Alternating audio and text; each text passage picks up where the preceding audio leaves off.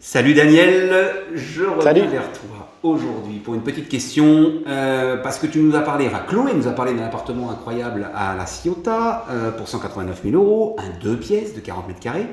Mais si moi j'ai envie d'un 5 pièces de 250 mètres carrés, évidemment dans les campagnes reculées de la région aixoise par exemple, où on sait qu'on va trouver des choses de ce genre, est-ce que c'est possible ?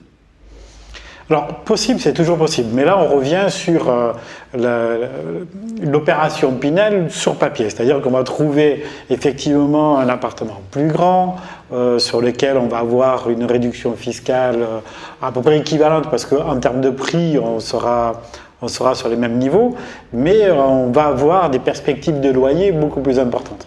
Mais là, on tombe vraiment dans ce qu'il ne faut pas faire en matière de loi Pinel, c'est-à-dire de regarder uniquement la théorie sur le papier, où effectivement, on va avoir le moins d'argent possible à sortir.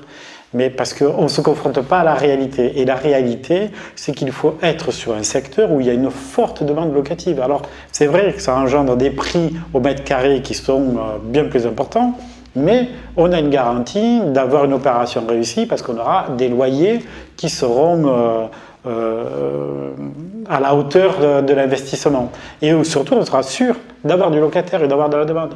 Parce qu'avoir un appartement de 70 mètres carrés pour le même prix, mais ne pas avoir de locataire, ça c'est ce qu'il ne faut pas. Il ne faut surtout pas. Donc, moi, je n'accompagnerai pas quelqu'un pour faire un investissement, comme je dis, sur papier, où le Pinel paraît véritablement profitable, mais on prend beaucoup trop de risques, à mon avis, sur le locataire.